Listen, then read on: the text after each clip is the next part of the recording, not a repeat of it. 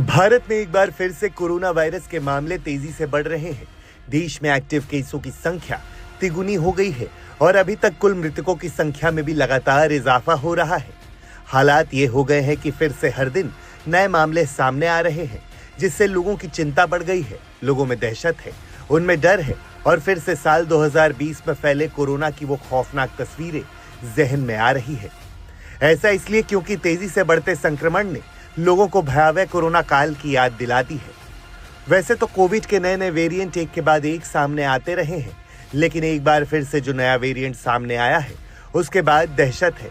दरअसल corona virus से जुड़े नए मामलों में बहुत तेजी से उछाल आ रहा है।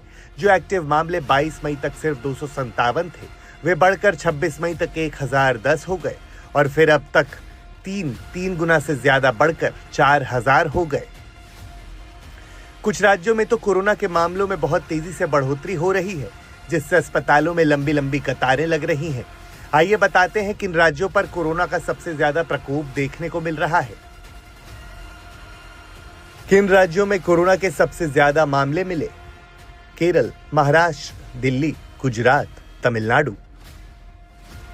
इन राज्यों के अलावा भी कई राज्यों से कोरोना के मामले सामने आए हैं।